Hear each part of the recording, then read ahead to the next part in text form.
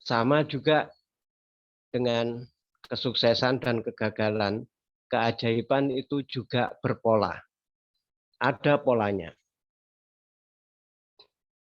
Dan dalam pengamatan Pak Nasrullah, gurunda kita, founder dari ilmu magnet rezeki ini, dari pengamatan beliau menemukan pola dari keajaiban tersebut. Ternyata setiap orang yang telah mengamalkan ilmu magnet rezeki maupun orang di luaran sana yang menurut Pak Nas telah mendapatkan keajaiban itu setelah ditelitilah sama Pak Nas. Ternyata polanya sama. Ada 7 pola untuk mencapai keajaiban tersebut. Dan ada kisah yang polanya begitu sangat jelas sekali, yaitu kisah seorang nenek yang berangkat umroh hanya dengan uang Rp10.000. Kisah nenek ini sangat-sangat jelas menunjukkan pola datangnya keajaiban tersebut. Saya yakin Bapak Ibu semua sudah pernah mendengar cerita ini, kisah nenek umroh dengan Rp10.000. Bagi yang sudah ikut seminar magnet rezeki atau ikut yang online ataupun yang offline, itu Pak Nas selalu menceritakan kisah nenek ini pada saat penjelasan jurus perisai rezeki.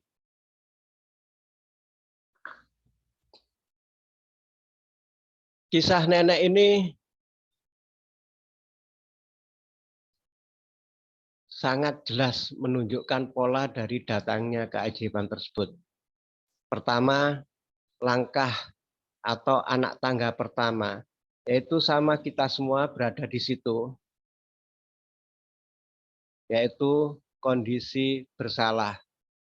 Karena menurut sebuah hadis mengatakan bahwa semua anak Adam adalah berdosa. Dan sebaik-baiknya orang yang berdosa yaitu yang bertobat.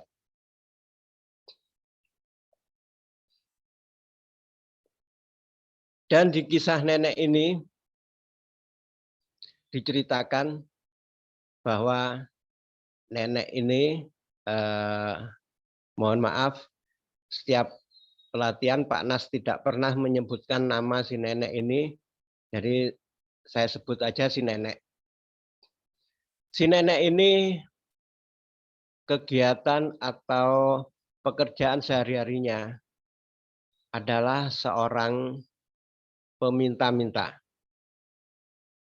Mohon maaf Bapak Ibu ya, saya tidak pakai share screen karena ini dadakan. Saya belum sempat membuat share screen karena di kantor juga lagi sedang banyak kegiatan. Saya lanjut. Kisah ini adalah kisah seorang nenek yang apa betul tidak ada suaranya ya? Mohon respon dari yang lain. Suara ada, saya Pak, ada. Ada Pak. Dari yang lain? Ada Pak. Jelas. Pak Rifan ada. Pak Iman ada. Pak Ending ada ya suara saya? Ada Pak, ada kedengaran. Kenapa? Ada. Enggak kedengar? Ada terdengar. Oh. Alhamdulillah terdengar. Iya. Ini Bunda Iwin tidak terdengar. Gimana itu solusinya? Mungkin Pak Rifan bisa menjelaskan.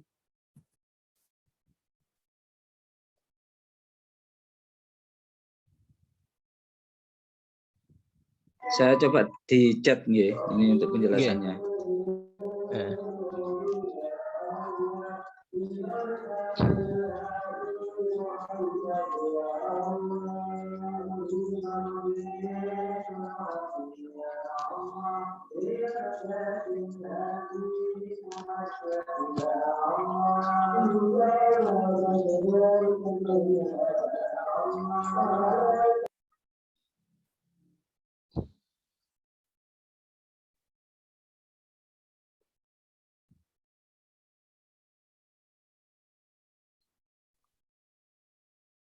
Ini Pak Iwin Hamid ini belum connect audionya karena di Oh. icon itunya nah ini sudah gabung Tidak kayaknya. muncul.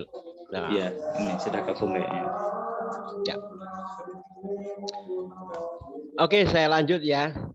Kisah ini tentang seorang nenek yang punya kebiasaan atau pekerjaan sehari-hari sebagai seorang peminta-minta. Beliaunya tidak sadar, beliaunya tidak tahu kalau profesi sebagai peminta-minta adalah tidak boleh sama Allah. Dan itu sebuah dosa. Tapi si nenek tidak mengerti, tidak tahu. Sehingga tetap melakukan itu. Karena sudah menjadi profesi, maka si nenek ini tahu di mana tempat basah dan di mana tempat yang sangat basah untuk mendapatkan rizkinya. Dan tempat yang paling basah menurut nenek bukan hanya di perempatan jalan atau di lampu stopan, tapi di masjid atau majelis taklim yang di situ ustadznya memberikan materi tentang sedekah, maka disitulah tempat yang paling basah menurut si nenek. Dan kebetulan waktu itu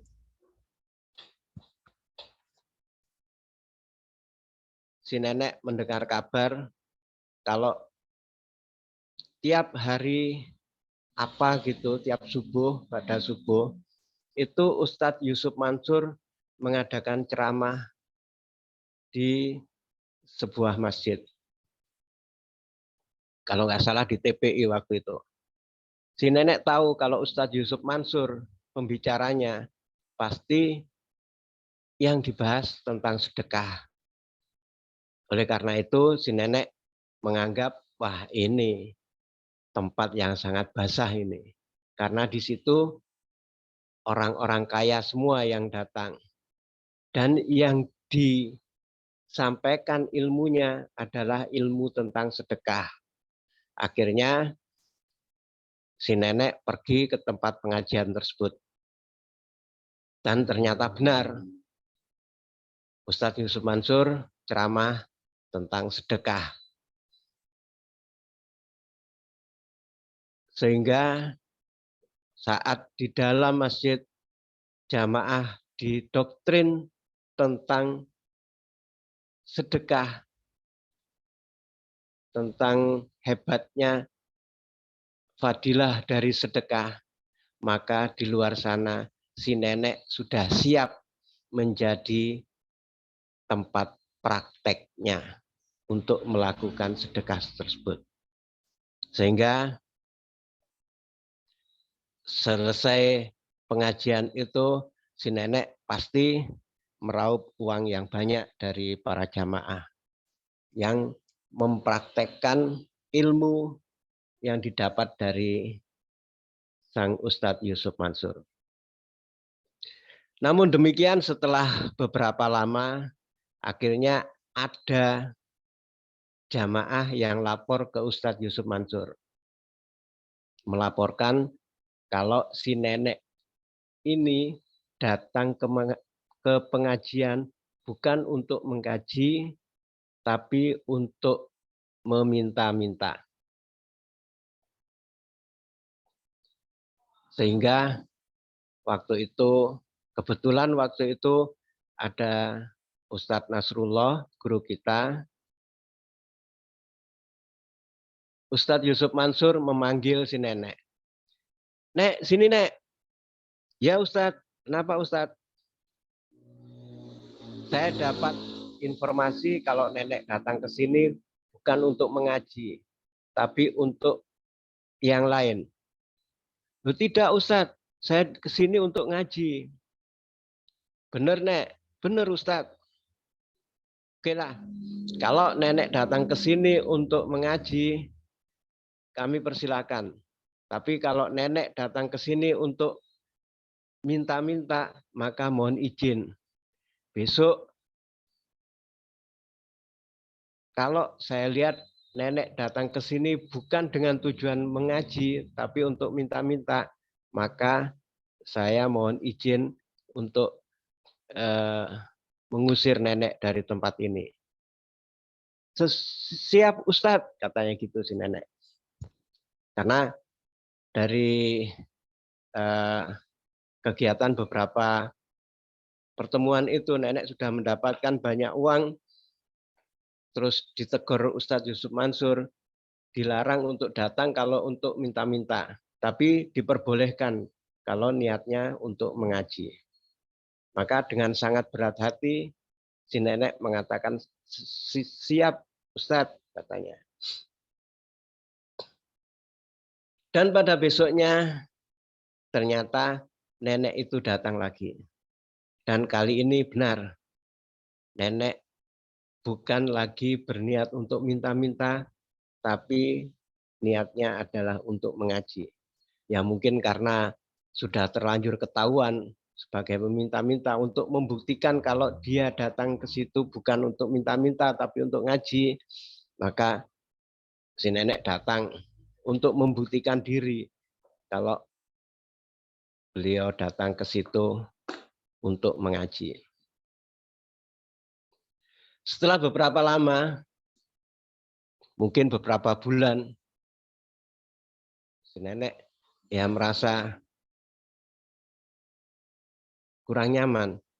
Karena selama ini setiap kali selesai pengajian, si nenek pasti mendapatkan banyak pendapatan dari hasil prakteknya para jamaah untuk menerapkan ilmu yang diberikan oleh Ustadz Yusuf Mansur. Namun ketika si nenek sudah berubah pikirannya, datang untuk mengaji, karena diancam oleh Ustadz Yusuf Mansur, kalau datang untuk minta-minta maka akan diusir. Maka sejak saat itu nenek sudah tidak mendapatkan pemasukan lagi dari tempat pengajian tersebut. Nah, selanjutnya karena beberapa bulan beliau tidak mendapatkan rezeki dari tempat itu, maka beliau ngoceh, ngomel-ngomel di depan Ustadz Yusuf Mansur. Kebetulan saat itu juga pas ada Ustadz Nasrullah, gurunda kita. Kata Ustadz Yusuf Mansur, udah Nek, nggak usah banyak bicara. Ini saya kasih uang 250.000. Tapi bukan untuk nenek semua. 190.000 untuk nenek sedekahkan, yang 60.000 untuk nenek sebagai ongkos membagikan sedekah. Paham Nek? Enggak paham Ustadz. Kemudian Ustadz Yusuf Mansur noleh ke Ustadz Nasrullah. Nas, lanjutkan. Aku banyak urusan. Katanya gitu. Ustadz Nasrullah, siap Ustadz. Kemudian Ustadz Nasrullah menjelaskan kepada si nenek itu, Nek, gini Nek, Ustadz Yusuf Mansur mau memberikan uang sebanyak 250.000. Betul kan Ustadz? Ternyata waktu Ustadz Nasrullah mencari, Ustadz Yusuf Mansur sudah tidak ada di tempatnya. Dicari-cari ternyata Ustadz Yusuf Mansur sudah pergi dari masjid tersebut. Akhirnya Ustadz Nasrullah mengeluarkan dompetnya dan di situ ternyata ada uang 300.000. Semuanya dikasihkan kepada nenek. Ini Nek, ada uang 300.000, tapi bukan untuk nenek semua. Yang 240.000 untuk nenek bagikan sebagai sedekah, yang 60.000 untuk nenek sebagai ongkos membagikan sedekah. Jelas, Nek? Jelas, Ustadz? Langsung jelas karena ada uangnya. Ketika Ustadz Yusuf Mansur tadi menjelaskan, uangnya masih belum terlihat, masih abstrak. Makanya si nenek juga belum jelas menerima penjelasannya. Ketika dijelaskan Ustadz Nasrullah dan langsung dikeluarkan uangnya, si nenek langsung jelas. Tapi ingat, Nek, itu yang 240 untuk disedekahkan, yang 60 untuk nenek, bagian nenek sebagai ongkos membagikan sedekah.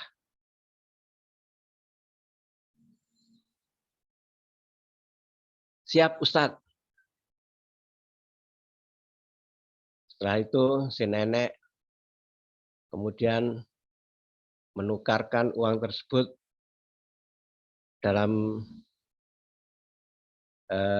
bentuk recehan kecil, 3.000, 2.000, 5.000, 10.000, dan dibagikan kepada komunitasnya. Karena komunitasnya si nenek ini sangat banyak, maka uang 240.000-nya sudah habis.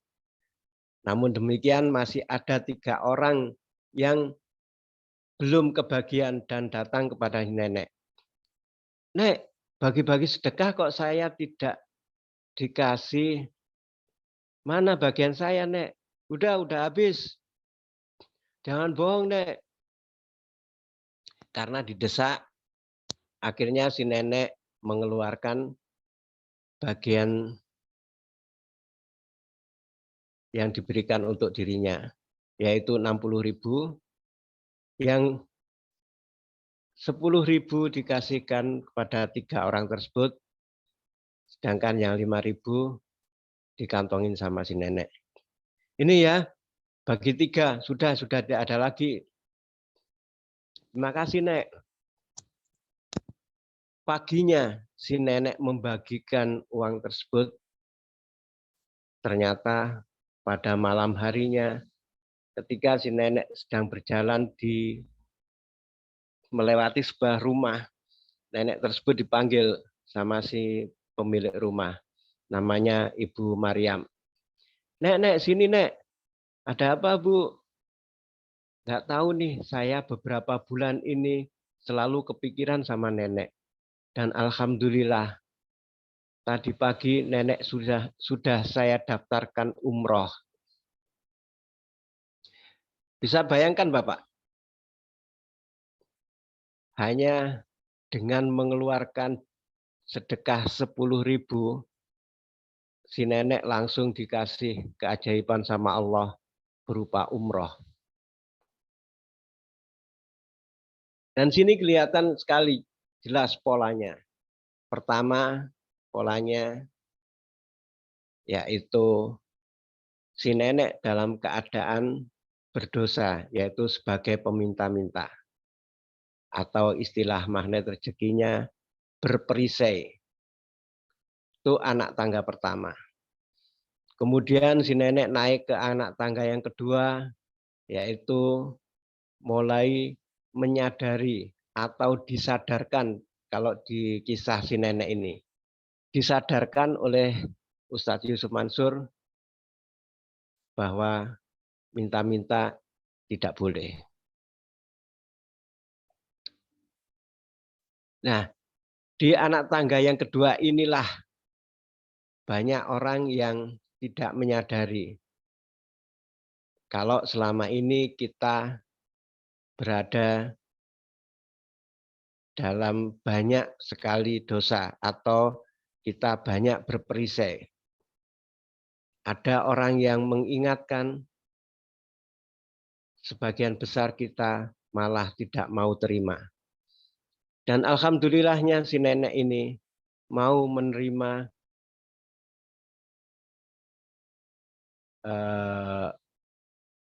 penjelasan dari Ustadz Yusuf Mansur kalau si nenek berperisai, disuruh melepaskan perisainya.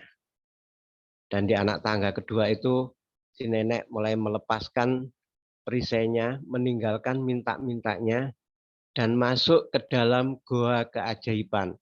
Itu anak tangga yang ketiga. Kalau seandainya si nenek pada anak tangga kedua tersebut tidak mau menerima, sebagaimana orang banyak tidak mau menerima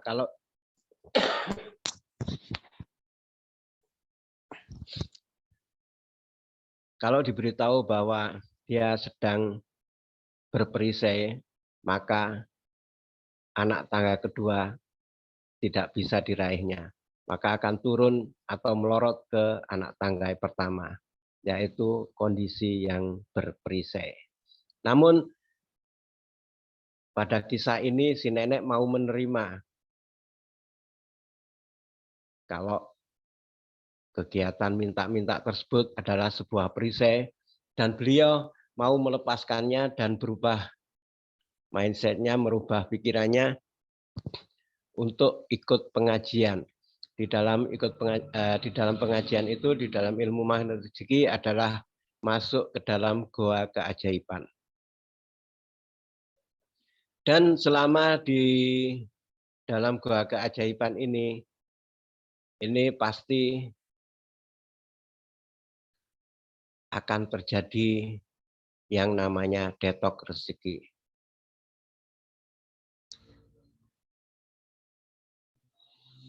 Dan detok rezeki bagi nenek adalah tidak mendapatkan rezeki dari kegiatan pengajian tersebut. Itu anak tangga yang keempat, detok rezeki. Kalau di tangga keempat ini lulus, maka akan naik ke tangga kelima, yaitu ujian kejujuran atau keajaiban kecil. Di kisah nenek ini, ujian kejujurannya adalah berupa dia terimanya uang 300.000 dari Ustadz Nasrullah.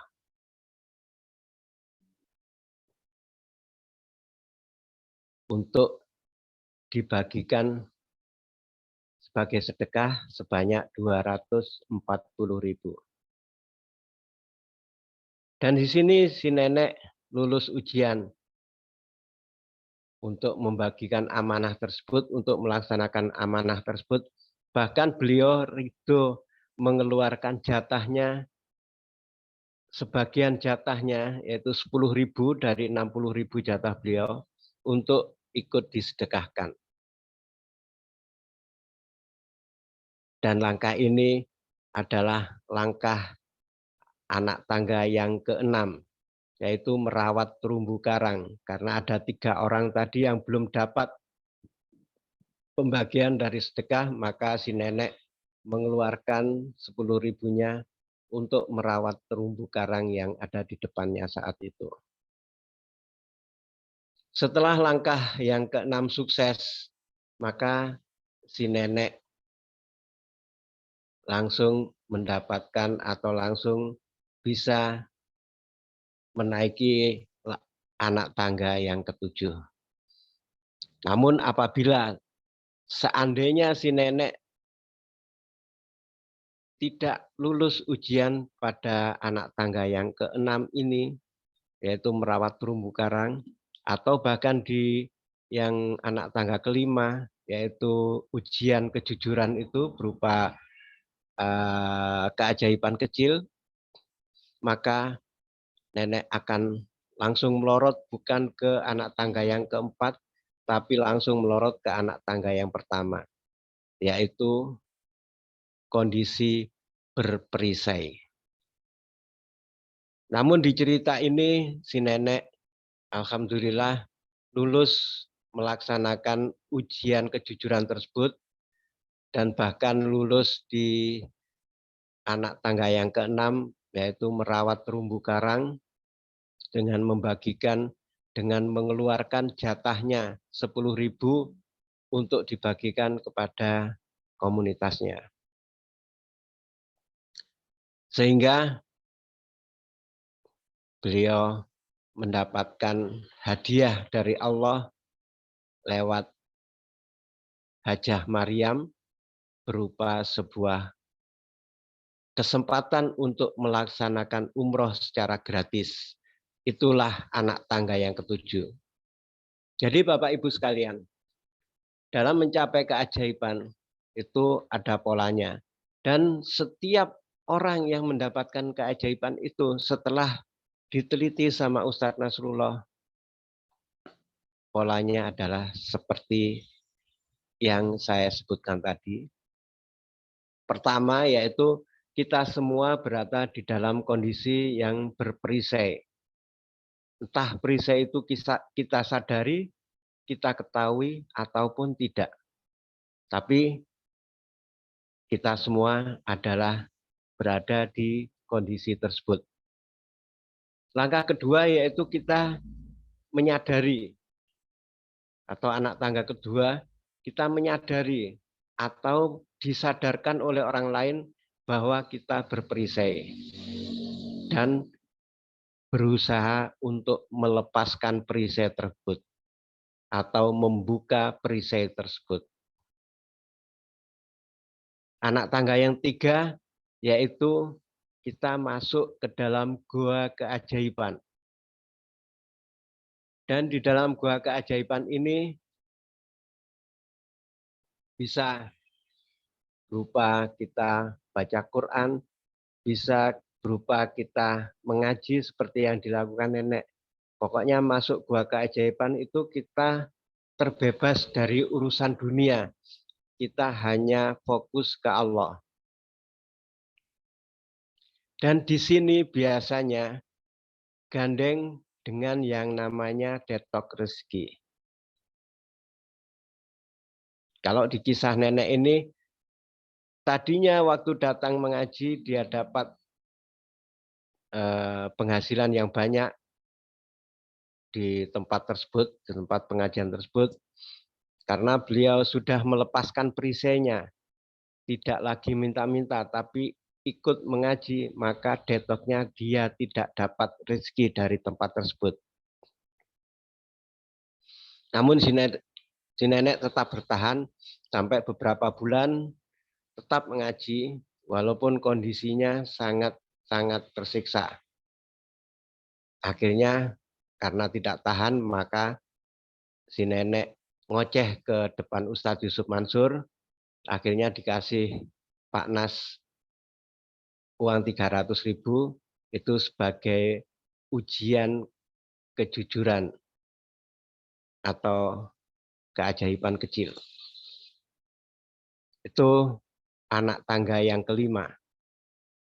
Anak tangga yang keenam merawat terumbu karang, dan anak tangga terakhir adalah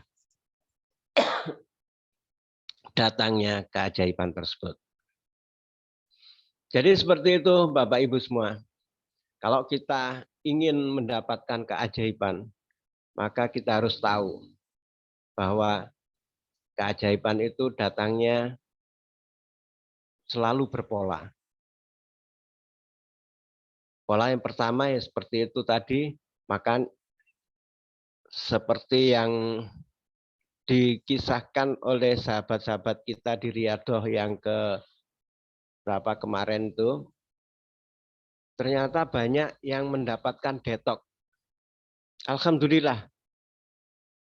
Kalau mendapatkan detox berarti ilmunya atau kegiatan riyadhahnya benar-benar punya efek. Karena kalau menurut pola atau 7 langkah, 7 anak tangga keajaiban, maka Bapak Ibu semua yang mendapatkan detox itu sudah berada di anak tangga yang keempat. tinggal tunggu sabar atau tidak, mampu atau tidak menerima detox tersebut. Kalau mampu, maka akan datang keajaiban kecil atau sebuah ujian kejujuran bagi Bapak Ibu. Kalau tidak lulus di detox tersebut, waktu mendapatkan detox kita mengeluh, maka kita akan turun lagi ke anak tangga pertama, yaitu kondisi yang berperisai. Sebagaimana beberapa hari yang lalu di grup Riyadhah kita juga ada salah satu anggota yang menyampaikan atau curhat sudah melaksanakan jurus-jurus MR, sudah mempraktekkan. Tapi kenapa kok belum dapat keajaiban juga? Mungkin beliaunya sudah mencapai tingkat atau istilahnya anak tangga yang keempat, yaitu mendapatkan detox. Ternyata beliaunya tidak sabar dan mengeluh. Akhirnya turun lagi ke posisi anak tangga yang pertama, yaitu berperisai. Untuk dapat menuju puncak tangga, yaitu tangga anak tangga yang ketujuh, anak tangga keajaiban, maka harus manjat lagi. Untuk itu, Bapak Ibu semua, apapun yang terjadi, ingat pola ini. Kalau kita belum sadar, kalau kita berperisai, kita cari, kita muhasabah diri, kita cari tahu apa yang salah terhadap diri saya. Karena ada sebuah hadis yang mengatakan semua anak cucu Adam itu adalah berdosa. Dan sebaik-baiknya orang yang berdosa adalah orang yang bertobat. Jadi pada dasarnya kita semua itu pasti berdosa. Itu kata Rasulullah. Maka kita yakin. Sadar atau enggak, kita semua adalah pendosa. Harus kita cari satu-satu apa dosa kita dan kita lepaskan. Kita taubati. Itulah membuka perisai. Setelah itu baru kita masuk ke dalam gua keajaiban. Berupa mencari ilmu-ilmu tentang ya ilmu-ilmu magnet rezeki ini, jurus-jurus yang lain. Kita pelajari, kita praktekkan, kita cari ustadz atau guru-guru ngaji, kita belajar ilmunya. Bagi yang belum bisa baca Quran, kita cari orang untuk bisa mengajarkan kita membaca Quran. Itu masuk ke dalam jurus masuk gua keajaiban. Setelah itu, maka akan datang yang namanya detox rezeki. Detox rezeki bisa berupa kekurangan anggaran, kekurangan uang, bisa juga berupa kekurangan kesehatan, bisa berupa apa saja yang kita merasakan itu tidak menyenangkan. Itulah detox rezeki. Namun kita harus menyadari bahwa itu sudah berada di anak tangga yang keempat. Jadi pilihan kita yang akan menentukan kita akan dapat keajaiban atau tidak. Seperti itu Bapak Ibu, untuk kajian pada malam hari ini, 7 anak tangga keajaiban telah kita sampaikan. Untuk selanjutnya, maka akan ada sesi tanya jawab.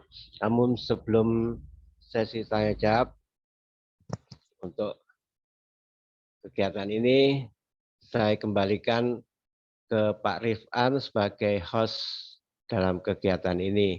Dari saya, Assalamualaikum warahmatullahi wabarakatuh.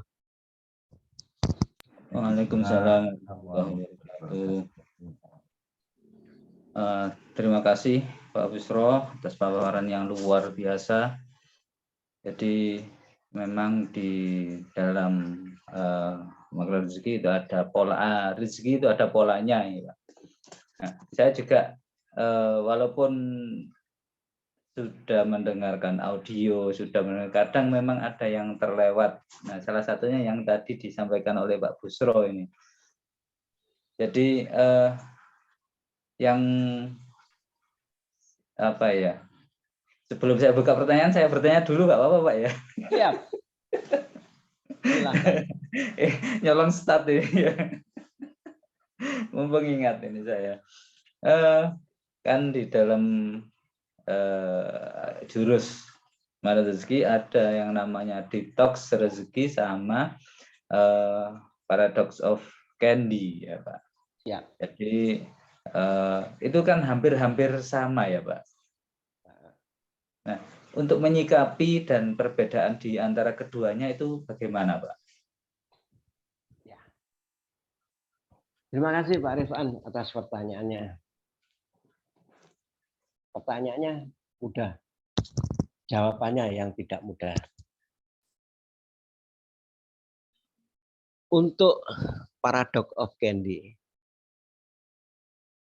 itu memang ada di ayatnya, ada di Al-Quran, cuma saya tidak hafal. Itu barang siapa, apa namanya, saya nggak ingat isinya.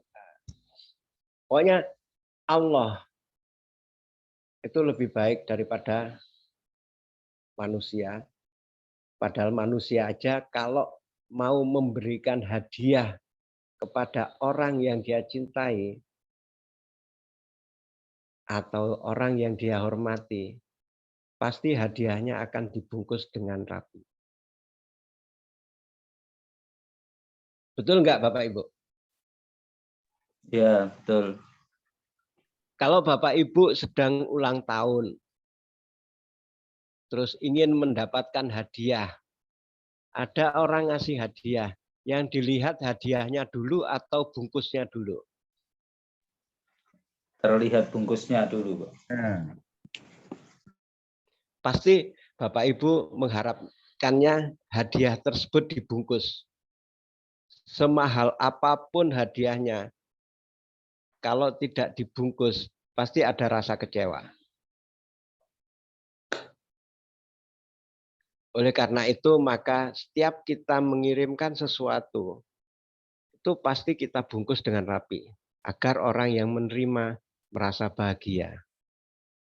Semakin bagus apa yang akan kita kasihkan, biasanya, tidak selalu ya, biasanya bungkusnya juga semakin bagus. Semakin gede barang yang kita hendak berikan, maka bungkusnya pun akan semakin gede. Demikian juga dengan rezeki. Allah memberikan rezekinya pada kita, itu tidak mungkin Allah berikan secara lan-lanan rezeki itu. Karena kita pasti akan tidak suka. Kita akan merasa kecewa. Kenapa kok nggak dibungkus? Pasti gitu. Oleh karena itu, Allah bungkus rezeki itu. Apa bungkusnya? Ya sesuatu yang tidak kita perlukan. Sesuatu yang tidak kita harapkan. Tapi kita mengharapkan kalau hadiah itu dibungkus. Cuma bungkusnya tidak kita butuhkan, kita buang. Dan Allah juga saat memberikan kita keajaiban, itu akan dibungkus. Bungkusnya yang terlihat terlebih dulu. Apa bungkusnya? Bungkusnya adalah sesuatu yang tidak kita butuhkan. Dan kalau sudah kita terima, maka kita buang. Tapi tetap harus kita terima. Dan bungkusnya itu bisa berubah musibah, bisa berupa apapun yang kita tidak suka, apapun yang kita merasa sesuatu itu tidak menyenangkan bagi kita. Itulah bungkus dari rezeki yang diberikan oleh Allah. Makanya di dalam jurus magnet rezeki ada yang namanya jurus POC, Paradox of Candy. Itu untuk keterangan yang jurus Paradox of Candy. Sedangkan jurus detox rezeki di dalam Al-Quran juga ada dijelaskan bahwa kalau Allah ingin mengangkat seseorang, maka akan diberikan ujian terlebih dulu. Dan ujian itu adalah detox rezeki.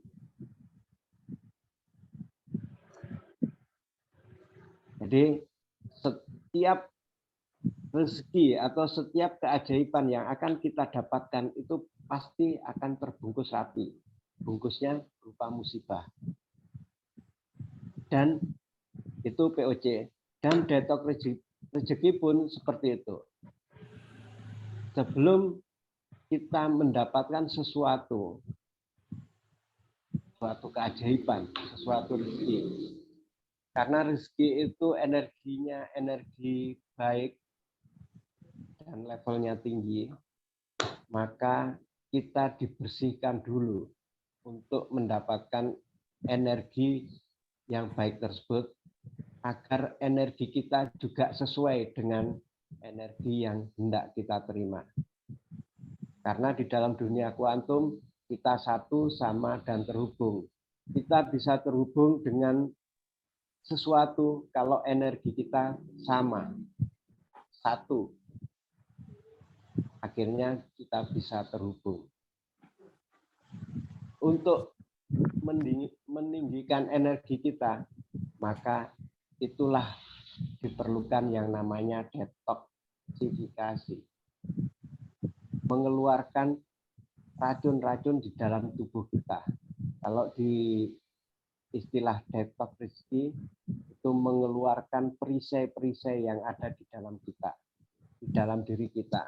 Perisai-perisai dilepaskan oleh Allah secara paksa ataupun secara kita sukarela melepaskannya. Maka itu namanya detox rezeki. Jadi seperti itu Pak Rifan, antara POC sama detox rezeki memang hampir sama. Cuma bedanya itu tadi, kalau POC semua hadiah yang akan kita terima itu pasti terbungkus rapi. Sedangkan kalau detox rezeki, kalau kita ingin mendapatkan rezeki, mendapatkan sesuatu hadiah, maka Allah menghendaki energi kita sama dengan energi hadiah tersebut, maka kita perlu didetox terlebih dahulu. Seperti itu, Pak Rifan. Banyak Pak, paparannya luar biasa. Mudah-mudahan menjadi pegangan saya untuk ke depannya. Baik Bapak Ibu, ada yang mau menyampaikan sebentar pertanyaan? Saya izin sebentar ya, izin ke belakang sebentar. Iya, silakan Pak, silakan Pak.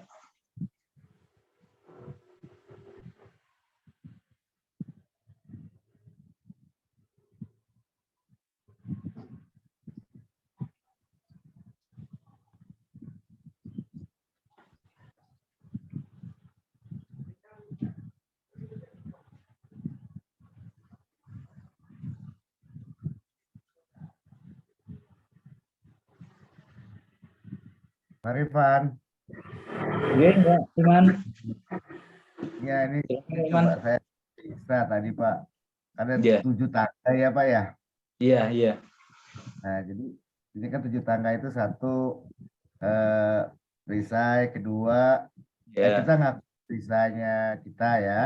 Terus kedua kita membuka perisai ya. Ketiga masuk ke keajaiban ya kan, fokus sama Allah ya. Keempat, kita menerima detox dengan ikhlas dan ridho ya. Iya. Nah, kelima, keajaiban kecil yang kejujuran tadi nenek tadi kan. Iya. Bisa catat coba supaya jangan ini, supaya ingat terus Pak. Terus Iya, ke-6 merawat terumbu karang, ke-7 baru keajaiban. Bukan begitu Pak Rifan ya? iya, betul seperti itu, Pak. Betul Jadi seperti kalau itu. detok itu berarti kalau saya simpulkan apakah benar tidak itu saya ini apakah kalau detok itu berarti kita akui dosa kita, kita buka perisai, masuk keajaiban, terus kita terima detok. Betul. Iya, Nah, kalau Paradox of Candy itu berarti kita mau dapat rezeki atau mau naik kelas. Allah sayang sama kita, mau naik kelas, kita dapat Product of Candy yang dibawa oleh malaikat Mikael. Kalau nggak salah, iya, ya. Nah itu kira-kira Pak Rifan ya. Ini apa? 7 tangga anak ajaiban. iya. Jadi kalau saya mungkin gini, Pak. Jadi seperti kita melakukan apa namanya itu pengobatan lah, ya terapi lah, katakanlah seperti itu. Jadi pasti ada terapinya itu yang tadi apa namanya gua keajaiban. Ya. Itu. Nah, efek-efeknya mengeluarkan racun, mengeluarkan sakitnya itu yang berupa detoksnya gitu kan, bisa berupa apa saja kan itu detoks itu, baik dari diri sendiri atau dari orang lain, nah, seperti itu. Mungkin seperti itu, Pak. Iya. Ya. Jadi ya setelah kita melalui tahap itu, baru kita mendapatkan detok. Nah, kalau ini kan detok tuh yang keempat ya. Nah, berarti Iya. kalau kita kita tidak sabar gitu ya, berarti kembali lagi ke satu ya, perisai Iya. rezeki lagi. Gitu ya. Ini Pak Buton dah datang. Mohon maaf Pak Buton ini saya isi dengan bincang-bincang dengan Pak Rifan. Mohon maaf Pak Busro. Biar Siap. ada ini ada apa variasi. Mohon maaf Pak. Oke, siap. Kalau Pak, lanjutkan Pak. Kalau memang ada yang perlu disampaikan, silakan. Monggo Pak Rifan. Monggo, mungkin Bapak Ibu ada yang disampaikan. Walaupun materinya materi pertanyaan bukan yang kita bahas malam ini, gimana Pak Busro? Boleh apa tidak? Boleh, nggak apa-apa. Saya ambil materi ini karena Riyadhah yang kemarin itu banyak teman-teman yang menghadapi detok rezeki dan banyak yang apa ya kayak mengeluh, loh Pak, saya sudah menjalankan ini jurus-jurus magnet rezeki atau melaksanakan Riyadhah, kok hidup saya malah tidak membaik, malah kok banyak mendapatkan POC atau detok rezeki. Nah, makanya saya ambil materi tema ini 7 anak tangga keajaiban, biar kita semua mengetahui kalau detok rezeki itu adanya di anak tangga yang keempat. Itu sudah sangat-sangat dekat dengan anak tangga ketujuh, yaitu keajaiban. Kita tinggal menerima ujiannya. Ujian itu bisa berupa keajaiban kecil, bisa juga berupa apa ujian yang dikasih Allah. Pokoknya Allah ngasih sesuatu yang bagus untuk kita, tapi di dalam pemberian itu sebenarnya ada ujian kejujuran bagi kita.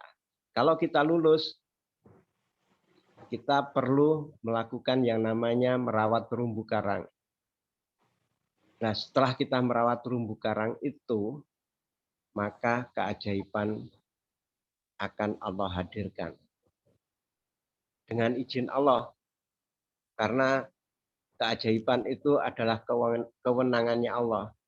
Walaupun kita sudah berada di puncak anak tangga, tapi kalau Allah berkehendak untuk tidak memberikan keajaiban, ya kita tidak usah mengeluh. Karena itu memang haknya Allah. Jadi kita gunakan jurus BTS. bahagia tanpa syarat.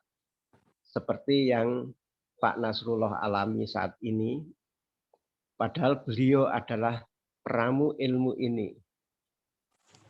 Namun masih ada juga satu LOP beliau, keinginan beliau yang tidak terwujud.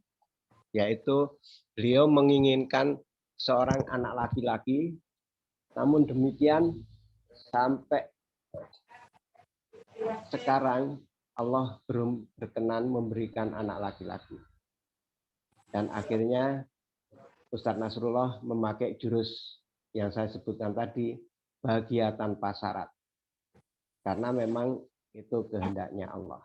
Seperti itu, Pak Rifan, kenapa kita ambil tema ini? Biar teman-teman nanti di Riyadhah yang akan kita laksanakan tanggal 26 nanti punya gambaran. Kalau nanti kita melakukan Riyadhah itu, pertama kita akan buka perisai untuk Riyadhah itu. Kemudian masuk Gua Keajaiban. Dan melakukan kegiatan-kegiatan Riyadhah itu kita masuk Gua Keajaiban. Nah setelah itu pasti, ini pasti karena sudah diteliti sama Pak Nas, itu langkah keempatnya atau tangga keempatnya, kita pasti akan dapat detok rezeki. Dan detoknya tiap orang beda-beda. Kalau kita lulus ujian detok rezeki ini, maka akan ada yang namanya ujian kejujuran. Itu anak tangga kelima. Dan seterusnya. Seperti itu Pak Rifan. Jadi untuk malam ini, jurus apapun yang ditanyakan, insya Allah saya berusaha untuk menjawabnya.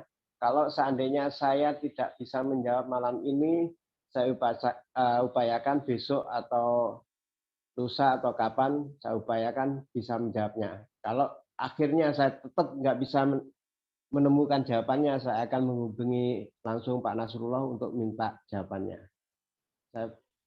Seperti itu Pak Rifat. Silakan.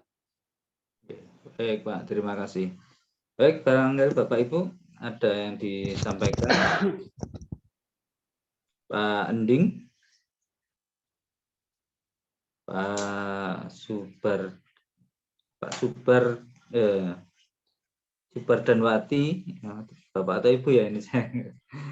Pak Agus Budiman, Bu Nur Insana, Pak Iwin Hamid, Pak Dadang Sadudin, Pak Dadang Daryaman, ada Bu Tati Helawati. Monggo Bapak Ibu silakan.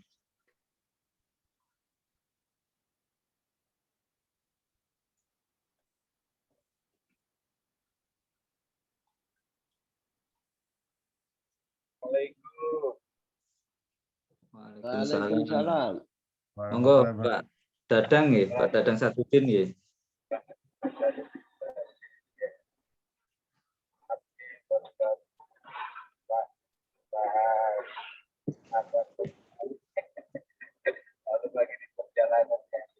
Oh ya, iya, iya, iya. Kayak sinyalnya keren Pak ya.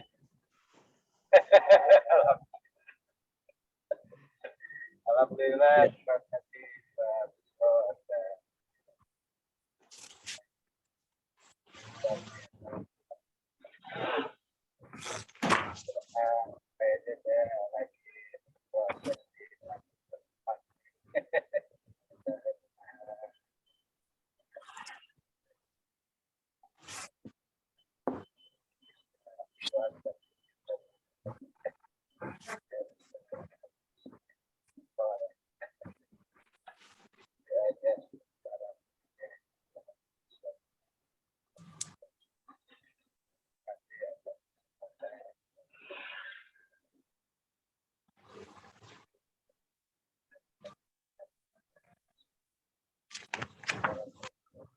Suaranya keren ini Pak Dadang.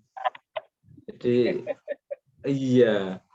Jadi banyak tidak lancarnya tadi yang disampaikan sehingga ini yang kurang begitu paham dengan apa yang disampaikan gitu Pak. Jadi mungkin bisa melalui, kalau ada pertanyaan mungkin bisa melalui chat ya Pak. mungkin seperti itu, atau nanti ini Bapak ada di grup juga kan? Iya, nanti mungkin bisa disampaikan pertanyaan melalui di grup gitu. Nggih, mohon maaf Bapak nggih. Iya, siap. Iya. Nggih. Baik, ada lagi yang mungkin disampaikan?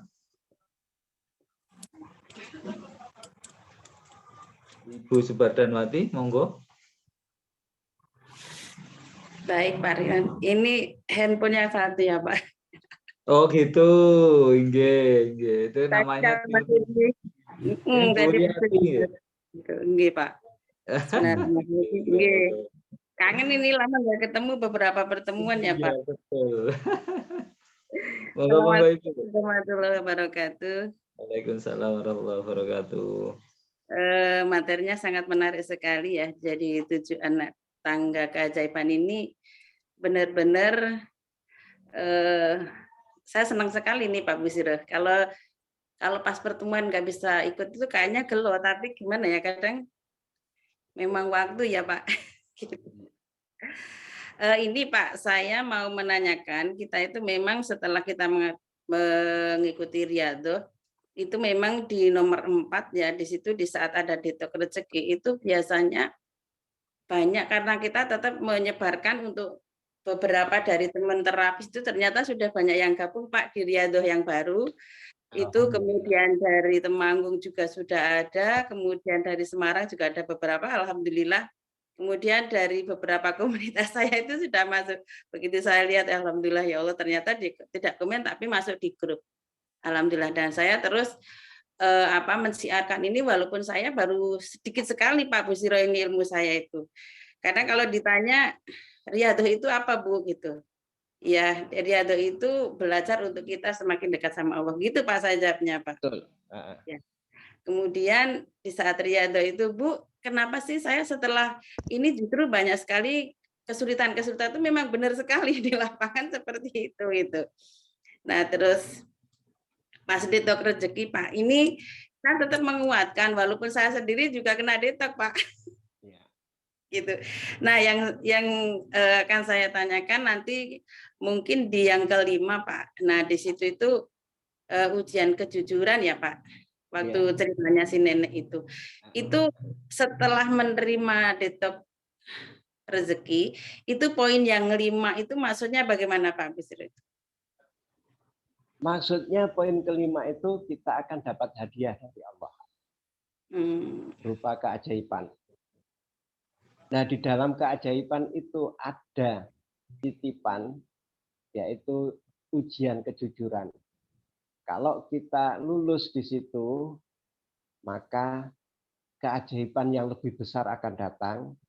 Tapi kalau kita tidak lulus di situ, maka kita akan turun lagi ke anak tangga yang pertama. Kayak contohnya, kalau kita punya proyek, kita seorang kontraktor, setelah menerima detok rezeki, kita akan dapat tawaran pekerjaan yang mungkin nilainya mungkin besar, cuma masih tidak terlalu besar gitu nilai keuntungannya. Nah, di situ kalau kita amanah, pasti ada titipan dari Allah untuk jujur, untuk melaksanakan amanah dari Allah. Kalau kita amanah melaksanakan kegiatan tersebut, proyek tersebut, maka kita di langkah ke-6-nya, anak tangga ke-6-nya, kita perlu merawat terumbu karang, membahagiakan orang-orang di sekitar kita. Ya, kalau kegiatan proyek ya termasuk anak buah kita di proyek tersebut atau di lingkungan proyek tersebut. Kita muliakan dan bahagiakan. Setelah itu maka keajaiban yang lebih besar dari itu akan kita terima. Namun kalau di keajaiban yang pertama kita tidak lulus uji kejujurannya, maka kita akan turun lagi ke anak tangga yang pertama, yaitu berperisai. Karena kita telah melaksanakan ketidakamaнаhan. Itu kan perisai. Jadi kita merangkak lagi ke anak tangga kedua, kita buka perisai lagi.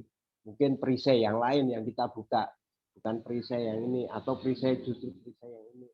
Kita buka lagi, kita masuk lagi ke gua keajaiban, kita dapat detok lagi, kita dapat hadiah lagi. Tapi hadiahnya juga masih kecil, karena hadiah itu di situ ada titipan ujian kejujuran.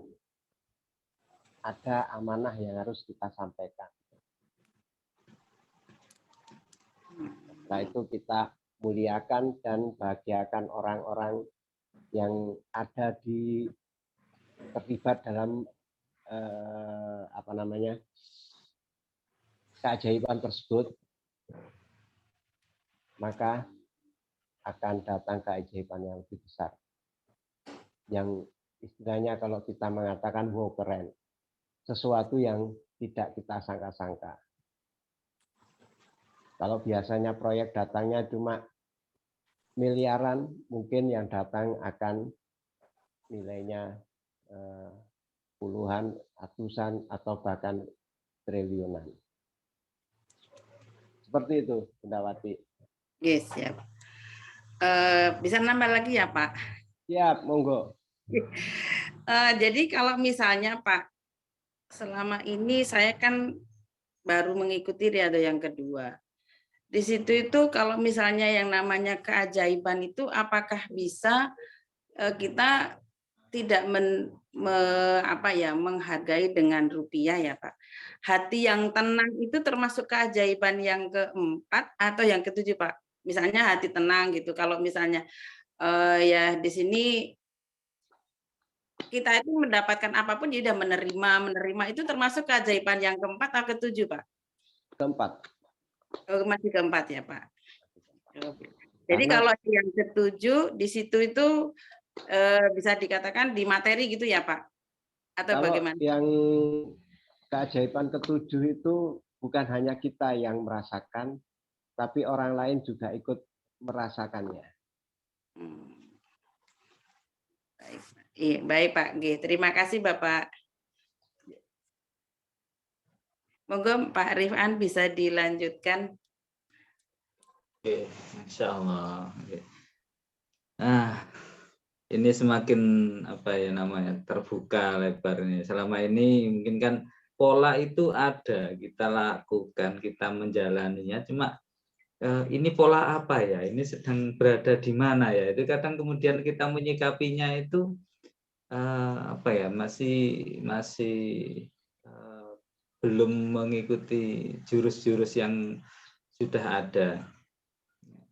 Jadi hari ini khususnya saya ini menjadi lebih jelas, Pak. Jadi apa itu detox, apa itu tadi paradox of candy, kemudian menyikapi detoxnya seperti apa, menyikapi keajaiban kecilnya seperti apa. Itu kan pola ya.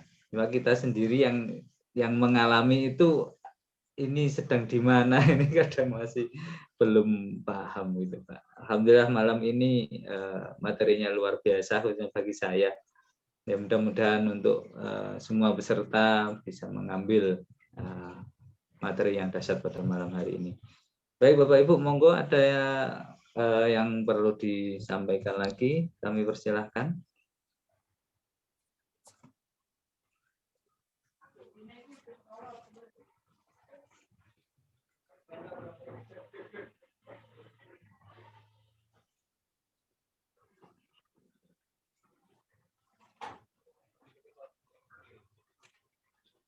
Kalau tidak ada, saya nambah lagi Pak ini Pak.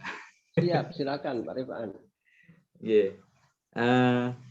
Ketika kita dalam pola detox atau paradox of candy ya, karena hampir sama ya, hampir sama. Itu apa yang kemudian harus dilakukan Pak? Kita tawakal. Tawakal. Kita terima. Istilahnya Kalau di kisahnya Pak Nas itu ada dikisahkan tentang seorang perempuan yang ditinggal meninggal suaminya, yang menangis saat di pemakaman. Maka saat itu, saat selesai pemakaman, semua orang pada pulang. Rasulullah waktu mau pulang mendekati si perempuan tersebut mengatakan, kalau bahasa Jawanya, sing sabar yo. Namun wanita tersebut tanpa menoleh dan tidak tahu kalau yang bicara itu adalah Rasulullah. Beliau mengatakan, enak aja kamu ngomong karena kamu nggak ngalami sih. Akhirnya setelah Rasulullah berlalu, ada sahabat yang memberitahukan, kamu kok gitu sih sama Rasulullah? Loh, itu tadi Rasulullah? Iya, itu tadi Rasulullah. Langsung si perempuan ini berlari menuju ke rumah Rasulullah untuk minta maaf. Namun apa jawaban Rasulullah ketika si wanita ini datang ke rumah beliau? Maaf ya Rasul, aku tadi nggak tahu kalau itu jenengan, katanya. Nggak apa-apa. Tapi keajaiban itu datang, atau kesabaran itu datang pada tumbukan pertama. Jadi seperti itu. Datangnya keajaiban itu pada tumbukan pertama. Jadi waktu kita mendapatkan detox, kita terima aja. Kita bersyukur. Alhamdulillah. Makanya waktu pertama kali kita belajar magnet rezeki, syarat pertama dan utama, kita harus yakin kalau ilmu magnet rezeki ini adalah ilmunya Allah yang diramu oleh Ustaz Nasrullah. Dan harus yakin pula kalau Allah itu sangat-sangat sayang kepada kita. Apapun yang Allah lakukan pada kita, baik itu yang menyenangkan bagi kita ataupun yang tidak menyenangkan bagi kita, itu semua adalah untuk kebahagiaan kita. Jadi apapun yang kita terima, apapun yang datang kepada kita, baik itu yang senang kita dapat rezeki atau yang tidak senang kita dapat musibah, tetap kita terima dengan senang hati. Kalau di SHMR, apapun realitanya, wow keren responnya seperti itu. Jadi realitanya apa saja, senang atau tidak senang, itu tetap kita tanggapi dengan wow keren. Kita terima dengan lapang dada. Karena kita yakin kalau ini pasti untuk kebaikan juga bagi kita. Seperti itu Pak Rifan. Jadi untuk menyikapi detox yang kita terima, ya kita terima dengan lapang dada. Kita yakin kalau detox ini demi untuk kebaikan kita. Pasti setelah detox ini akan datang rezeki dari Allah atau akan datang hadiah dari Allah. Walaupun di situ ada ujian bagi kita di rezeki yang pertama itu. Seperti itu Pak Rifan. Baik Pak Ustaz, terima kasih banyak. Ya Allah, paparannya luar biasa. Insya Allah. Oke. Baik Bapak Ibu, ada mungkin Pak Iman ada yang disampaikan Pak, silakan Pak. Alhamdulillah cukup Pak saya. Alhamdulillah tercerahkan dengan ini 7 anak tangga keajaiban. Alhamdulillah jadi lebih mendalam, lebih jelas bahwa detox itu karena kita menyadari dosa kita, terus kita membuka perisai, terus masuk dunia keajaiban. fokus kepada Allah, disitulah pembersihan diri kita yang selama ini tidak bersih. Alhamdulillah dengan masuk ke Gua Keajaiban, termasuk majelis ilmu ini kan ke Gua Keajaiban Pak ya, ada pencerahan-pencerahan dari Pak Busro, dari teman-teman, energi-energi yang positif. Karena kadang-kadang bangun tidur pun kita kadang-kadang udah dapat energi kurang positif, dengan berpikiran yang kurang positif Pak. Makanya dengan masuk ke Gua Keajaiban, dengan bersyukur Pak, menyadari keriduan, menyadari ikhlasan Allah, kita ikhlas sama Allah, kita sudah membuka mata dengan bersyukur, insya Allah siang harinya positif. Itu kira-kira Pak. Terima kasih banyak Pak, ilmunya Pak Busro yang dahsyat nih, keren. Terima kasih banyak Pak Rifan juga yang sudah memberikan fasilitas Zoom ini Pak. Kira-kira itu Pak Rifan, mohon maaf lahir batin nih. Oke, sama-sama Pak. Oke. Oke, baik Bapak Ibu, luar biasa memang. Dari Pak Iman mungkin dengan kita bergabung di ruang Zoom ini, di grup ini, interaksi kita mungkin ada namanya manusia pasti ada senggolan-senggolan lah, kita berjalan bersama-sama itu pasti ada senggol-senggolnya lah. Itu saya juga minta maaf ya, sebagai manusia yang disengaja atau tidak, itu pasti ada yang tidak berkenan di hati Bapak Ibu. Oke, baik. Untuk selanjutnya, apakah kita tunggu lagi ada yang pertanyaan atau gimana Pak Busro? Ada yang baru masuk ini Pak Beni ini. Silakan Pak Beni. Pak Beni Tasik. Mungkin baru masuk. Jadi nanti ini alhamdulillah ini tadi ada rekamannya. Insya Allah kalau sudah selesai nanti saya upload dan bisa di-share di grup Riyadhah. Jadi untuk Riyadhahnya itu tetap di hari Rabu ya Pak? Sepertinya teman-teman menghendaki hari Senin. Hari ini juga? Iya. Untuk Riyadhahnya ya? Untuk Riyadhahnya ya? Oh bukan. Maksud saya untuk kajian rutinnya. Zoom. Kajian rutin. Oh iya, yes, kalau Riyadhahnya tetap hari Rabu kita mulai. Hari Rabu. Yeah. Jadi besok saya akan ada polling lagi ke sahabat semua untuk pelaporan Riyadhahnya seperti gimana. Iya. Oh iya Pak, ini pengalaman saya ya untuk mendapatkan yang di Riyadhah yang sebelumnya. Itu ketika kita juga ikut berpartisipasi menjadi pengingat untuk yang bertugas untuk merekap atau itu semangatnya apa ya Pak, lebih gitu. Jadi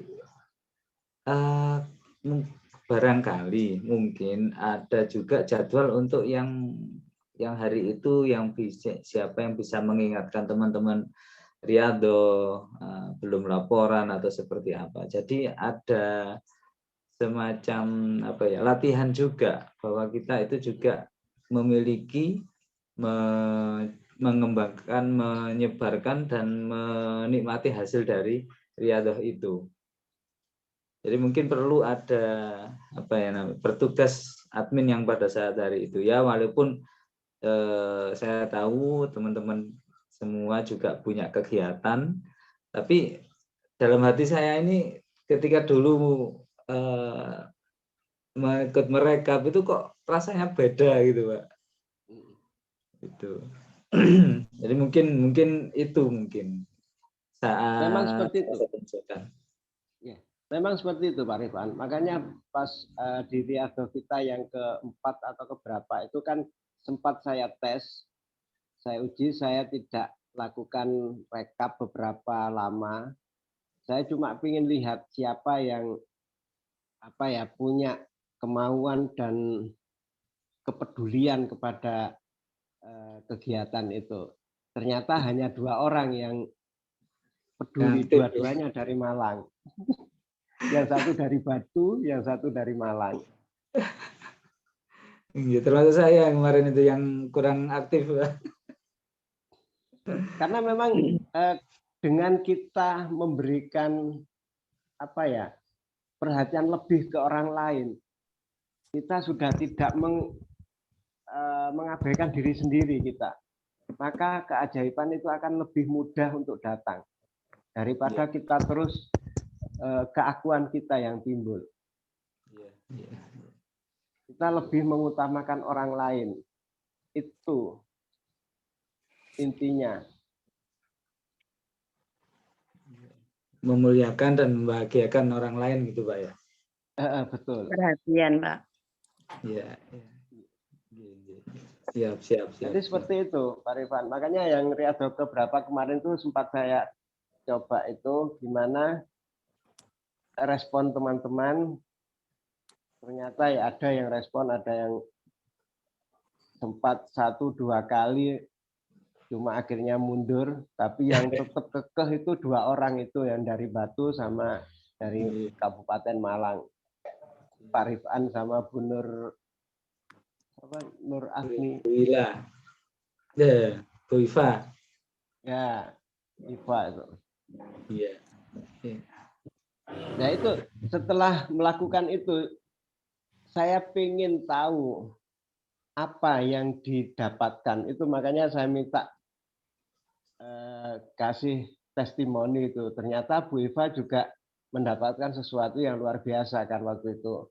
Dagangannya jadi lebih laris daripada biasanya. Walaupun memang ada seperti Detok itu ada pesanan, ternyata nggak jadi pesanannya, nggak jadi diambil. Tapi setelah itu beberapa jam setelah itu malah ada pesanan yang lebih besar dari yang tadi tidak jadi itu.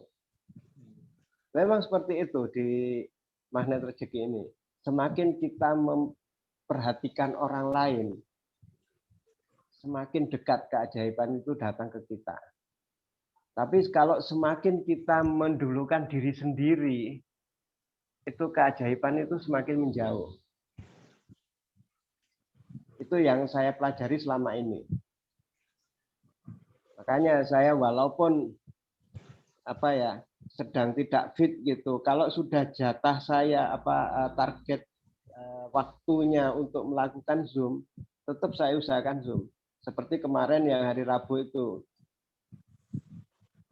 Hari Rabu kemarin itu yang datang cuma 1 orang dari Jakarta. Saya sampai mohon maaf karena tidak biasanya seperti itu. Karena memang sebenarnya hati saya saya yang salah waktu itu. Awal-awal saya sudah merasa karena saya kan sedang tidak sehat. Ini terus saya buka atau enggak? Saya sempat ragu waktu itu. Akhirnya tetap saya buka. Dan alhamdulillah saya tunggu sampai jam 8:30 cuma kita berdua aja. Akhirnya jam berapa? Jam 9 itu Bu Wati masuk, tapi kita sudah keluar. Kita sudah mengakhiri acara karena cuma 2 orang, kita cuma ngobrol biasa. Saya juga sempat masuk Pak setelah acara itu jam 9:30, biasanya belum selesai kok sudah tidak ada. Iya. Ya itu kesalahan saya karena awalnya saya masih ada rasa yang menganukan diri saya sendiri, mengutamakan diri saya, maka ya itu tadi yang terjadi. Makanya ini tadi walaupun saya kondisinya lagi kurang sehat, terus di kantor juga lagi banyak kegiatan, besok itu lagi mau ada hari Rabu itu ada giat simulasi karhutla, bakaran hutan dan lahan, dan besok itu gladi bersihnya.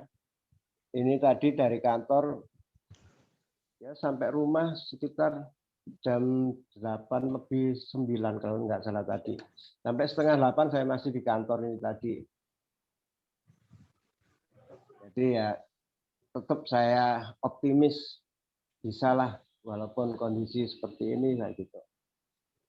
Ya alhamdulillah yang hadir juga luar biasa ini tadi. Sampai 13 orang tadi. Jadi seperti itu Pak Rifan. Kalau memang ada yang mau melakukan sesuatu untuk yang lain, itu akan sangat luar biasa, sangat bagus sekali. Karena itu akan mempercepat datangnya keajaiban. Dan juga Pak Iman tadi, untuk yang detox, itu juga mempercepat datangnya keajaiban. Karena detox itu membersihkan racun-racun. Kalau di kesehatan kan detoksifikasi mengeluarkan racun-racun dari dalam tubuh. Kalau di ilmu magnet rezeki, detoksifikasi itu mengeluarkan atau membuka perisai-perisai yang ada di dalam diri kita.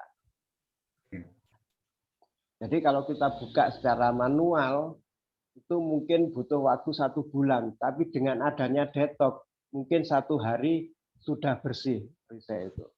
Jadi itu percepatan datangnya keajaiban. Itulah detox. Jadi seperti itu Pak Iman. Silakan. Ini Pak mau tanya sedikit Pak. Siap.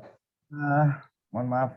Apakah kita misalnya berbuat baik lebih banyak dari biasanya, apakah itu bisa mempercepat detox? Bisa. Alhamdulillah. Jadi kita misalnya biasanya kita di masjid cepat pulang, kita tidak beresin dulu. Kita biasanya kan beresin karpet atau pulang buru-buru. Nah ini kita lebih lama lagi, itu kan kebaikan kan Pak. Nah itu apakah bisa mempercepat detox gitu maksud saya? Kira-kira semua yang disenangi Allah itu bisa mempercepat. Iya Pak. Ya Pak, terima kasih Pak Busro. Sama-sama Pak Iman.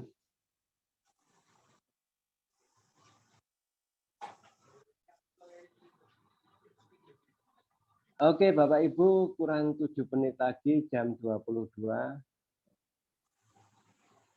Silahkan, tapi ini dari Jawa Barat semua, waktunya masih sama dengan Jawa Timur, masih waktu Indonesia bagian Barat. Jadi silakan kalau mau ada yang didiskusikan.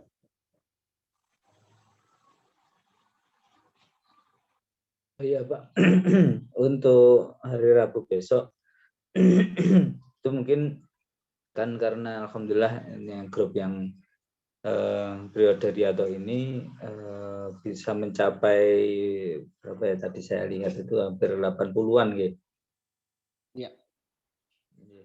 80-an dan itu karena mungkin banyak yang baru 89 ya. Jadi mungkin perlu ada ketentuan riyadhahnya seperti apa, model sedikit lah penjelasan atau hasil rekaman yang kemarin-kemarin itu aja yang di share gitu Pak. Boleh itu di share ke grup Riyadhah. Itu memang rencana saya besok itu keterangan tentang Riyadhah kita karena lusa kita sudah mulai melaksanakannya. Namun karena besok itu saya di kantor juga ada kegiatan full seharian, saya masih belum bisa menjadwalkan besoknya itu jam berapa saya kasih penjelasan. Secara tertulis saja. Kalau secara Zoom takutnya nanti banyak yang nggak bisa ikut. Sebenarnya saya mau sampaikan di sini juga di Zoom, kalau paling tidak 50% yang ikut Riyadhah ikut Zoom. Namun ini baru berapa persen, 10%. Jadi rencana saya memang besok hari Selasa itu kita jelaskan Riyadhahnya itu seperti apa saja yang dilakukan. Terus pelaksanaannya gimana, ada pelaporan atau gimana, itu besok rencana saya. Mungkin karena besok di kantor ada kegiatan full, mungkin agak sore atau malam baru saya jelaskan secara tertulis. Mengapa ada pertanyaan di chat tuh Pak? Siap, tanyakan ke Pak Rifan, masih ada waktu enggak? ada pertanyaan dari Pak Tubar dan Wati. Yap. Bu itu Buwati, Pak. Buwati Semarang. Iya Pak, itu handphonenya satu ini. Tadi udah masuk yang satu, jadi pengennya Pak Bujro kok ternyata masuknya ke CTMR Live. Oh iya. Oh iya, yang ini ya, pakai untuk bantu rekap. Mohon izin Pak Rifan, Pak Busiro dan Pak Imam ya. Itu tuh kalau misalnya kita kan belum bisa membantu, Pak saya sebetulnya seneng Pak bantu-bantu itu. Kalau kita sih jalannya di Wanjus itu. Tapi di situ kalau misalnya kita membantu menyemangati gitu boleh nggak Pak? Boleh sekali Bunda. Sangat-sangat dibolehkan. Malah sangat diharapkan itu penyemangat. Seperti kalau waktu tahajud kita ingatkan teman-teman untuk melaksanakan tahajud. Waktu pagi setelah sholat subuh atau sebelum sholat subuh kita ingatkan teman-teman untuk siap-siap sholat subuh. Terus setelah sholat subuh melakukan apa itu namanya zikir pagi. Setelah itu waktu duha kita ingatkan untuk melakukan duha. Dan seterusnya waktu sholat duhur kita ingatkan untuk siap-siap melaksanakan sholat duhur. Itu sangat-sangat saya harapkan dari teman-teman ada yang care seperti itu. Ya jadi mungkin sih nggak seluruhnya itu ya Pak, maksudnya ya mungkin pas zikir pagi sore gitu. Kemudian ada laporan apa belum gitu. Kalau itu kan usilnya saya gitu Pak. Iya, silakan. Saya sangat-sangat. Iya silakan Pak Iman. Karena maksudnya itu justru memberikan kita energi yang kadang-kadang kita kan sedang dari aktivitas misalnya sedang zuhur kadang-kadang pas aktivitas ada yang mengingatkan sholat kan kadang-kadang kita maksudnya lewat waktu nggak tepat waktu gitu loh Pak. Iya. Nah itu kalau ada yang mengingatkan kan energinya positif Pak. Ya, dan betul. Bagi yang mengingatkan itu pun nanti ada hadiah dari Allah. Amin. Amin ya Allah. Seperti yang dialami Pak Rifan sama Bu Iva itu. Ya mungkin langsung itu salah satu kasih hadiah. Kenapa? Yang kemarin kita melakukan rekapan di WA. Itu kan ketika waktu duha ada laporan mundur, oh iya saya belum duha, oh iya saya belum itu. Jadi energi positifnya untuk selalu ingat itu lebih besar gitu. Ada yang laporan, oh iya saya belum ini, oh iya saya belum ini. Walaupun sepertinya itu kayak di grup itu rame dengan laporan, tapi itu menjadi salah satu penyemangat juga. Pengingat bagi yang lain. Ya, tapi mungkin lebih ya itu tadi ada buat tugas ya ada yang sukarela yang untuk mengingatkan, untuk menyampaikan yang sudah laporan berapa gitu, mengingatkan waktu. Gitu. Ya mungkin kalau Bu Wat ini belum bisa untuk melihat dari kapan ya mungkin itu tadi Bu mengingatkan itu Bu usilnya. Iya Pak, handphone saya itu kemarin saya sudah matur sama Pak Busro, Pak handphone saya itu kadang muter-muter terus gitu mungkin karena keberatan juga. Di samping itu saya kalau misalnya membantu untuk merekap itu misalnya centang-centang itu kan belum bisa Pak, dan saya memang perlu belajar. Tapi John Sewu, apakah saya tidak mendahului atau lancang gitu, Pak? Apa? Kalau misalnya kita memberikan semangat atau mungkin membantu apa yang bisa gitu. Karena saya tuh biasanya nih kalau di grup itu kan banyak teman-teman saya, Pak. Nanti bisa saya japri itu dari teman-teman misalnya yang saya tahu kok ini ada Pak Badri Soleh ya. Dari Temanggung di situ tuh atasan saya itu, Pak. Nah, di situ nanti saya japri nih kalau belum riadohnya belum laporan mungkin saya japri nih gitu.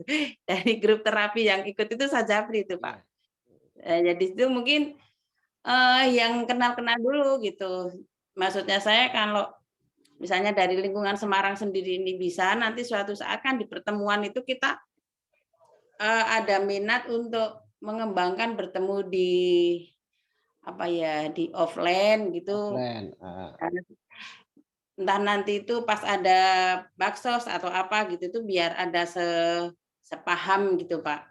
Karena dari terapi sendiri itu kan banyak sekali di lapangan itu yang apa ya untuk ke Allah itu masih kurang, dan di situ tuh mengandalkan nih loh saya bisa terapi ini gitu. Kalau saya terapi itu ya kita nomor kesekian, yang penting Allah dulu nomor 1 gitu. Jadi di situ saya mengedepankan itu dari awal saya mengenal Riyadhah, waktu pertama kali saya ikut itu orang kayaknya gimana gitu. Tapi sekarang ini sudah ada beberapa kok ini ikut ya. Kok gini, padahal kalau misalnya ketemu di situ tuh kayak cuek gitu dengan saya, Pak. Tapi kok dia gabung gitu. Dan setelah ini kemarin pas BNSB selesai, justru dia responnya baik, ngajak ke teman-teman gitu. Masya Allah, ternyata diamnya ini juga dibaca ya kayak gitu. Gitu, Pak. Ya, siap. Sangat-sangat membantu Bunda kalau Bunda punya inisiatif seperti itu. Itu tidak apa namanya yang Bunda sebutkan tadi mendahului apa itu. Itu malah Lancang. saya ya maksudnya bukan lancang. Gitu, tapi itu sangat sangat membantu, dan itu juga nanti kembali ke Ibu Wati juga. Betul, Pak. Efek Insya Allah positifnya. Gitu. Iya. Jadi dari pengalaman saya tuh dari Wandi Wanjus itu saya seperti itu. Jadi membantu, kadang merekapnya manual gitu. Jadi laporan-laporannya gitu setiap bulan kan kita ada tugas gitu. Jadi setiap admin yang bertugas di situ itu berkewajiban menanyakan orang yang belum laporan gitu ya di Japri itu dengan bahasa kita gitu. Nah di situ tuh ternyata menambah keakraban. Ternyata di situ tuh juga malah ada orderan yang masuk gitu, dan di situ enggak mengharapkan apa ya belas kasihan dari orang yang di Japri gitu. Ya Allah, di sini itu kewajiban saya sebagai admin, saya harus mengingatkan semampu saya kan gitu. Jadi ya Allah terima kasih ya udah diingatkan gitu ya, sama-sama. Kita nggak mengharapkan dari orang itu, tapi ya Allah di sini kebaikan kita terus berfastabiqul khairat gitu aja Pak gitu. Jadi saya senang saja di Riyadhah ini, walaupun saya tuh masih terbata-bata untuk belajarnya, saya masih fakir banget Pak ini Pak. Jadi belum bisa istiqomah keseluruhannya, masih baru berapa persen lah yang saya bisa, tapi terus saya belajar untuk terus berbagi. Dengan berbagi insya Allah nanti akan memberi saya lebih gitu. Jadi saya dengan istiqomah itu belum Pak, saya belum mencapai itu. Kalau misalnya saya masih mendapatkan detok dan sebagainya itu wajar aja, karena saya memang saya punya perisai gitu, perisai saya masih banyak. Jadi kesadaran saya di situ ini, dengan saya itu berbagi kepada orang lain, mudah-mudahan Allah membagi ke saya gitu Pak. Itu Pak Busro. Ya. Oke. Gimana dengan yang lain? Sudah jam 22:04.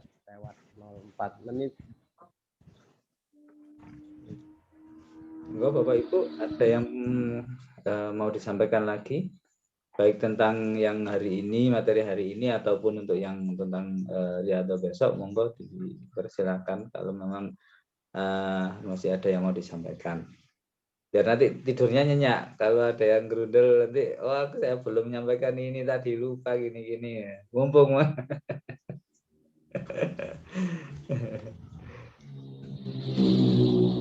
Iya Pak, maaf saya lagi nih. Monggo, Ibu. Untuk laporan Pak, misalnya hari ini laporan untuk besok kayak yang dulu pernah dialami gimana Pak? Kalau laporan setelah Isya itu saya kok kadang lupa Pak.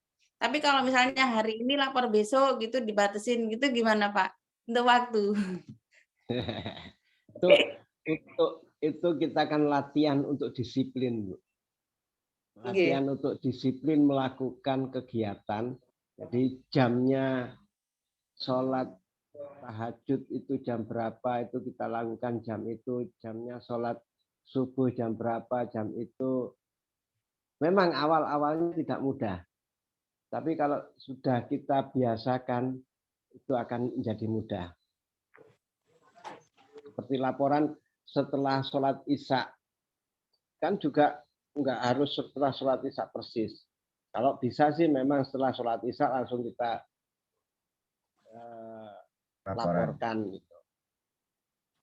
Tapi kalau nggak bisa kan bisa waktu kita tahajud, oh iya saya tadi belum laporan, sebelum tahajud laporan dulu. Waktu bangun tidur kita kan istilahnya mengucapkan syukur, menyebutkan 3 hal yang perlu kita syukuri. Jadi saat itu kita ingat, oh iya saya belum laporan. Alhamdulillah saya diingatkan untuk laporan, langsung kirim laporan. Bismillah, bismillah ya Allah, bismillah. Oh iya Pak, ini sambil saya ingatin tadi. Untuk yang memang mungkin ini saran saja ya. Ketika kita menyebutkan di laporan itu, misalnya mendoakan teman yang di grup itu, yang kayak kemarin itu, ketika kita menuliskan namanya untuk didoakan itu energinya berbeda ketika kita tanpa menuliskan namanya, walaupun kita sebutkan nama itu. Jadi itu energi yang saya rasakan itu berbeda. Termasuk juga ketika bersyukur setelah bangun tidur. Kita hanya bersyukur saja dengan tanpa menuliskan, ya, tanpa menyampaikan itu, alhamdulillah ya Allah sudah bisa bangun, dan menuliskannya itu juga berbeda, Pak. Ya mungkin agak nambah berat ya, teman, namanya riyadhah, kita belajar. Insya Allah itu juga akan menjadi kebaikan bagi kita. Jadi nanti ini Pak Evin kan juga ikut ya di grup yang baru. Ya, Pak Evin ikut di grup, tapi di Zoom ini enggak. Lagi ada di grup Riyadhah yang baru sudah ada, cuma beliau tidak ikut Zoom malam ini. Iya, di Zoom yang belum ikut karena beliau sangat sibuk sekarang. Gitu ya, Masya Allah. Okay. Beliau lagi ngejar untuk ikut CFT.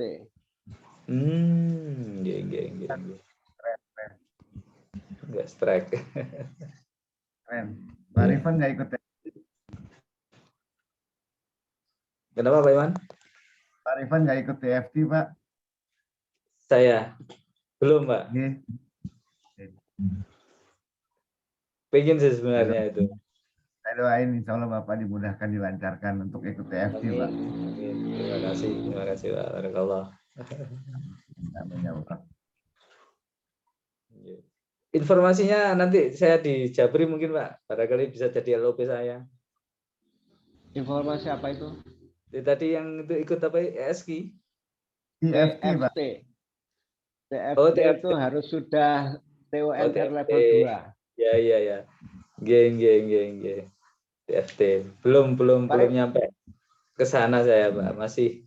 Masih di 10 jurus dasar dulu. Mungkin insya Allah Allah memberikan kemudahan untuk mematangkan itu. Itu baru saya bisa melangkah ke sana. Gitu. Amin. Oke, mungkin ada yang perlu lagi disampaikan. Kalau tidak ada, bisa kita akhiri bersama-sama. Monggo Pak Iman, ada lagi? Saya rasa cukup. Siapa tahu ada teman-teman ada Bu Nur Insan dari Makassar barangkali. Iya. Ya mungkin nanti kalau ada yang perlu disampaikan bisa disampaikan di grup gitu, Pak Busro nggih. Siap. Baik Bapak Ibu semua, terima kasih atas kehadirannya. Terima kasih Pak Busro yang telah memberikan materi yang luar biasa pada malam hari ini. Semoga materi yang disampaikan menjadi ladang amal bagi beliau dan bagi kita bisa mempraktekkannya. Amin ya Allah. Amin. Baik Bapak Ibu, kita tutup dengan doa penutup majelis. Bismillahirrahmanirrahim. Subhanallahumma wa bihamdika asyhadu an la ilaha illa anta astaghfiruka wa atubu ilaik. Saya sebagai host setengah tadi yang buka Pak Busro, saya yang nutup. Terima kasih banyak. Mohon maaf apabila ada kata saya atau yang tidak yang menyinggung Bapak Ibu semua. Saya juga mohon maaf yang sebesar-besarnya. Amin. Baik, Bapak Ibu, saya akhiri nggih sama-sama. Monggo. Assalamualaikum warahmatullahi wabarakatuh. Waalaikumsalam warahmatullahi wabarakatuh. Pak Perbatin. Kok bisa live dari Live,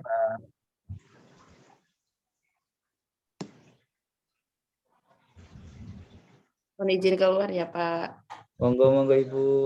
Assalamualaikum. Waalaikumsalam warahmatullahi wabarakatuh. Saya juga izin keluar. Nggih, terima kasih Pak Busro. Ketemu lagi besok.